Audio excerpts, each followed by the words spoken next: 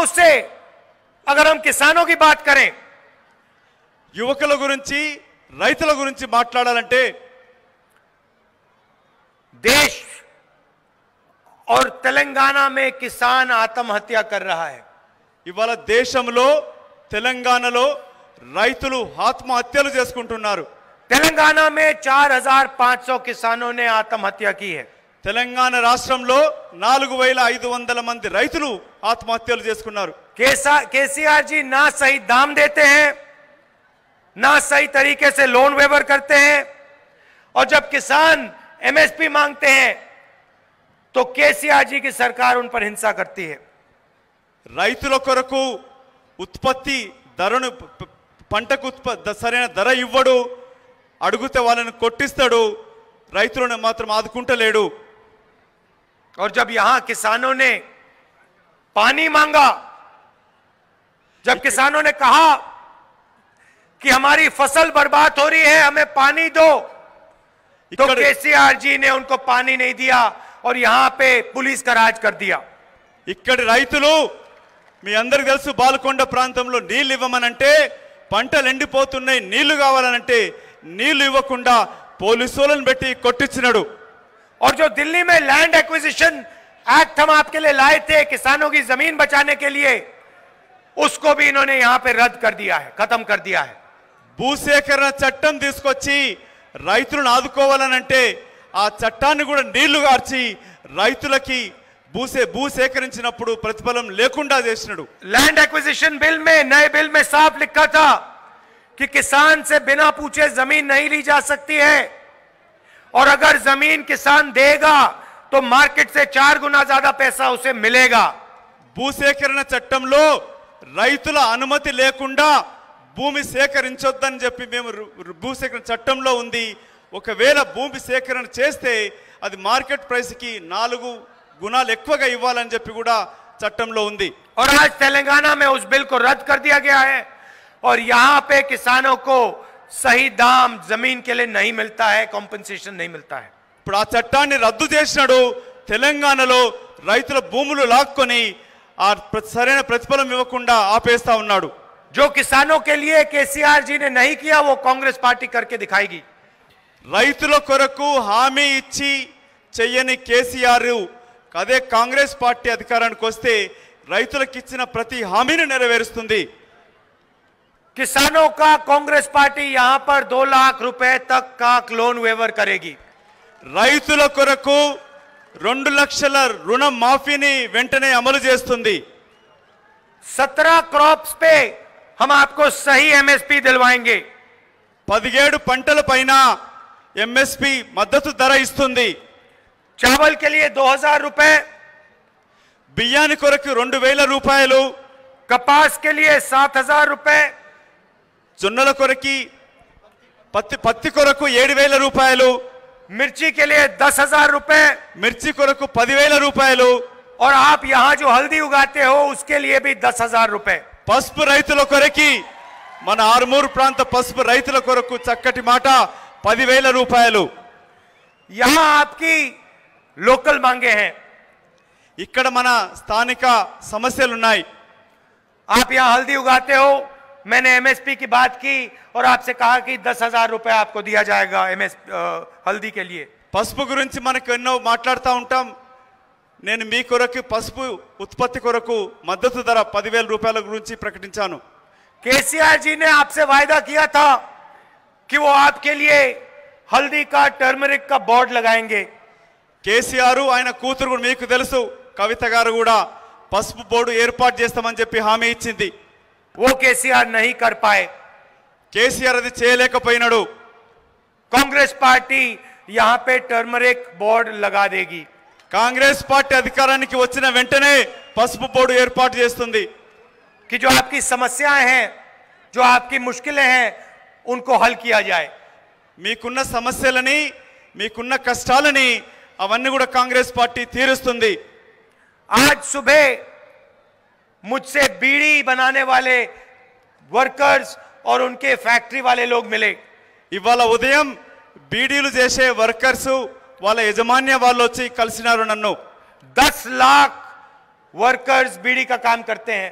10 లక్షల మంది బీడీ వర్కర్లుగా పనిచేస్తా ఉన్నారని తెలిసింది।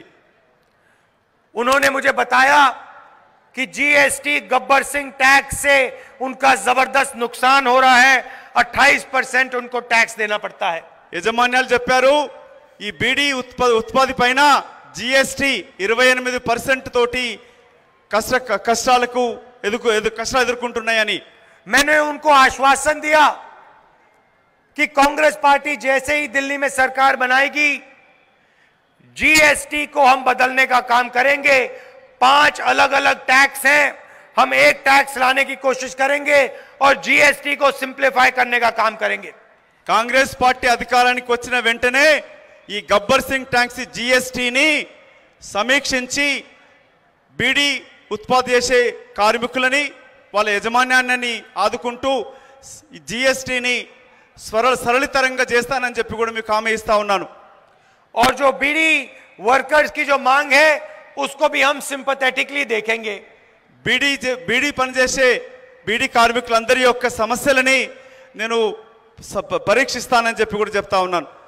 आपके बहुत सारे लोग गल्फ में जाके काम करते हैं। ఇక్కడ మీరు ఎంతో మంది యువకులు కుటుంబాల నుంచి గల్ఫ్ లో పోయి పనిచేస్తా ఉంటారు। अभी मुझसे 2 परिवार के लोग मिले और उन्होंने मुझे कहा कि उनकी बहुत मुश्किल होती है जब लोगों को वहां पे लोग फंस जाते हैं, किसी की मृत्यु होती है तो उनकी बहुत कठिनाई होती है और इसके लिए कांग्रेस पार्टी 500 करोड़ रुपए का फंड बनाने जा रही है। ఇప్పుడే వెనకాల ఇద్దరు గల్ఫ్ బాధితుల కుటుంబాలు కలిసినాయి। ఆ ఆడపడుచులు చెప్తా ఉన్నారు కుటుంబాన్ని సాగదీర్చడం ఎంతో కష్టమవుతుంది, మాకు ఆదాయం తీసుకొచ్చే కుటుంబాధిపతి చనిపోయినప్పుడు వారి కొరకు కాంగ్రెస్ పార్టీ అధికారానికి వచ్చిన వెంటనే 500 కోట్లతోటి గల్ఫ్ సంస్థను ఏర్పాటు చేస్తా ఉంది। तो आपके जो लोग बाहर काम करते हैं उनकी भी मदद हो और अगर वो उनको जरूरत पड़े तो उनकी मदद पूरी की पूरी कांग्रेस पार्टी करेगी। అక్కడ పనిచేస్తున్న కార్మిక సోదరులకి ఈ 500 కోట్ల నిధితోటి వాళ్ళకు సహాయం అందుతుంది, వాళ్ళకు సమస్యలు తీరుస్తానికి కూడా కాంగ్రెస్ పార్టీ పనిచేస్తుంది। कुछ दिन पहले केसीआर जी ने बहुत सच्ची बात कर दी। కొన్ని రోజుల క్రితం కేసీఆర్ గారు ఒక నిజమైన మాట చెప్పినాడు। उन्होंने कहा कि अगर वो चुनाव हार जाएंगे तो वो जाके अपने घर में सोएंगे और थोड़ा रेस्ट करेंगे। అతను చెప్పినాడు ఈ ఎన్నికల్లో ఓడిపోతే ఇంటికెళ్ళి పడుకుంటాను, రెస్ట్ తీసుకుంటానని చెప్పినాడు। मगर केसीआर जी आप रेस्ट करोगे 300 करोड़ वाले घर में, आपका जो घर है। కేసీఆర్ జీ మీరు రెస్ట్ తీసుకునేది 300 కోట్ల భవనంలో। मगर जो तेलंगाना की जनता से आपने वायदा किया था, తెలంగాణ जो ప్రజలు 2 बेडरूम वाले घर का वायदा आपने किया था, जो जमीन देने का आपने वायदा किया था, उसको आपने पूरा नहीं किया। अपना तो आपने 300 करोड़ का घर बना दिया। తెలంగాణ ప్రజలకి 2 బెడ్రూమ్ల ఇల్లు కట్టిస్తానన్నావు, నిరుపేదలకి భూమిని ఇస్తానన్నావు, అవి మాత్రం చేయలేదు కానీ నీకు మాత్రం 300 కోట్లు పట్టుకొని భవనం కట్టుకున్నావు। 22 लाख लोगों को आपने कहा था कि आप उनको 2 बेडरूम हाउस देंगे। 22 లక్షల మందికి 2 బెడ్రూమ్ల ఇల్లు కట్టిస్తానన్నావు और 5000 लोगों को भी आपने नहीं दिया। 5000 మందికి కూడా 2 బెడ్రూమ్లు కట్టించలేకపోయినావు। आपने दलितों को, आदिवासियों को वायदा किया था कि 3 एकड़ जमीन आप उन सबको दोगे। దళితులకి గిరిజనులకి ప్రతి ఒక్కరికి 3 ఎకరాల భూమి ఇస్తానని చెప్పి హామీ ఇచ్చినావు, वो भी आपने नहीं किया। అది కూడా పూర్తి చేయలేదు। और जब निजाम शुगर फैक्ट्री को 100 करोड़ रुपए की जरूरत थी, आपने उनको 100 करोड़ रुपए नहीं दिए, मगर अपने घर बनाने के लिए 300 करोड़ रुपए ले लिए। నిజాం షుగర్ ఫ్యాక్టరీకి 100 కోట్లు అవసరం ఉంటే నిజాం షుగర్ ఫ్యాక్టరీ మాత్రం 100 కోట్లు ఇవ్వలేదు, అది మూసేసినావు। నువ్వు మాత్రం 100 కోట్ల పైన ఖర్చు పెట్టుకొని భవనం కట్టుకున్నావు। तो जैसे ही आप रेस्ट पे जाएंगे, कांग्रेस पार्टी गरीब जनता को घर बनाने के लिए 5 लाख रुपए देगी। నువ్వు ఎప్పుడైతే విశ్రాంతి తీసుకోనికి పోతున్నావో కాంగ్రెస్ పార్టీ అధికారానికి వస్తుంది, ఆ నిరుపేదల ఇల్లు కట్టుకోవడానికి కొరకు 5 లక్షల రూపాయలు నగదిస్తా ఉంది. ओल्ड एज पेंशन को 1000 रुपए से 2000 रुपए करेगी. సహారా పెన్షన్లు 1000 రూపాయల నుంచి 2000 వరకు ఇస్తుంది. हर मंडल में 30 बेड का अस्पताल बनाएगी. ప్రతి మండల కేంద్రంలో 30 పడకల ఆసుపత్రి కట్టిస్తుంది. పెన్షన్ కూడా ఇద్దరికి ఇస్తుంది తల్లిదండ్రులకు.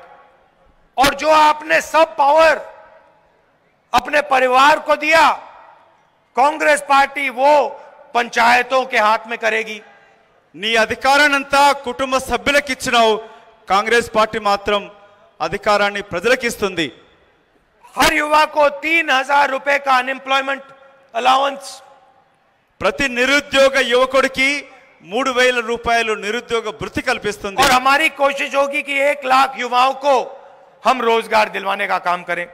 మా పూర్తి ప్రయాస 1,00,000 ఉద్యోగాలు కల్పించడంలో కృషి చేస్తాము.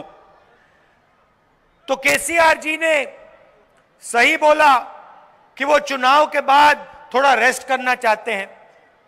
కేసీఆర్ గారు నిజం చెప్పినాడు, ఈ ఎన్నికల తర్వాత విశ్రాంతి తీసుకుంటానని. दिल्ली में 2019 में चुनाव होगा. नरेंद्र मोदी जी प्रधानमंत्री हैं, उनको चुनने का चुनाव होगा. 2019లో ఢిల్లీలో ఎన్నికలు జరుగుతాయి దేశ మొత్తంలో.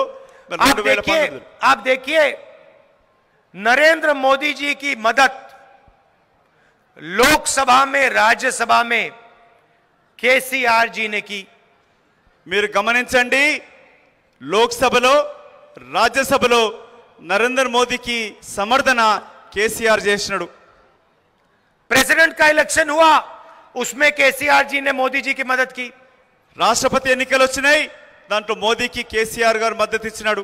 वाइस प्रेसिडेंट का चुनाव हुआ, उसमें केसीआर जी ने मदद की. ఉపరాష్ట్రపతి ఎన్నికలు వచ్చినాయి, దానికి కేసీఆర్ గారు మోదీకి మద్దతు ఇచ్చినాడు. देश के हर व्यक्ति ने डिमोनेटाइजेशन के बारे में कहा कि बिल्कुल बेकार प्रोग्राम है, इसने नष्ट कर दिया. सब लोगों को केसीआर जी ने प्रशंसा की. దేశం మొత్తం నోటు బదిలీని వ్యతిరేకించింది. ఇది దేశానికి నష్టం కలిగిస్తుందని చెప్పి వ్యతిరేకిస్తే కేసీఆర్ మాత్రం మోదీకి మద్దతు ఇచ్చినాడు. ఇది మంచి కార్యక్రమం అని. जीएसटी ने बीड़ी बनाने वाले कार्यकर्ता वर्कर्स को, फैक्ट्री वालों को नष्ट कर दिया. केसीआर जी ने जीएसटी की प्रशंसा की. జీఎస్టీ ద్వారా బీడీ ఉత్పాదించే పరిశ్రమలకి, బీడీ కార్మికులకు నష్టం జరిగితే కేసీఆర్ మాత్రం ఇది చాలా మంచి కార్యక్రమం అని చెప్పి ప్రశంసించినాడు. तो केसीआर जी का एक ही लक्ष्य है कि तेलंगाना में केसीआर और उनका परिवार राज करे और दिल्ली में नरेंद्र मोदी जी यहाँ राज करें. కేసీఆర్ గారి యొక్క ఒకే ఒక లక్ష్యం తెలంగాణ తన కుటుంబం పరిపాలించాలి, ఢిల్లీ నరేంద్ర మోదీ పరిపాలించాలనేది. ये जो टीआरएस पार्टी है, तेलंगाना राष्ट्रीय समिति, इसका नाम टीआरएस नहीं होना चाहिए, इसमें आप एक और एस जोड़ना चाहिए. ఈ టిఆర్ఎస్ పార్టీ యొక్క పేరు తెలంగాణ రాష్ట్ర సమితి కాదు, దానికి ఇంకొక ఎస్ జోడించాలి. इसका सच्चा नाम है टीआरएसएस. టిఆర్ఎస్ పార్టీ నిజమైన పేరు టిఆర్ఎస్ఎస్, तेलंगाना आरएसएस. और ये इनका पूरा का पूरा समर्थन कर रहे हैं. ఇది తెలంగాణ ఆర్ఎస్ఎస్. तो आप एक बात याद कीजिए, हिंदुस्तान में नरेंद्र मोदी जी ने नोटबंदी करके, जीएसटी करके देश में हिंसा, नफरत फैला के देश का नुकसान किया. మీరు ఒకసారి ఆలోచించండి, నరేంద్ర మోదీ గారు నోట్ బదిలీ ద్వారా దేశంలో హింసని, హేట్ని ప్రేరేపిస్తా ఉన్నాడు. और तेलंगाना में केसीआर जी ने तेलंगाना का सपना पूरा नहीं किया, उस सपने को धोखा दिया.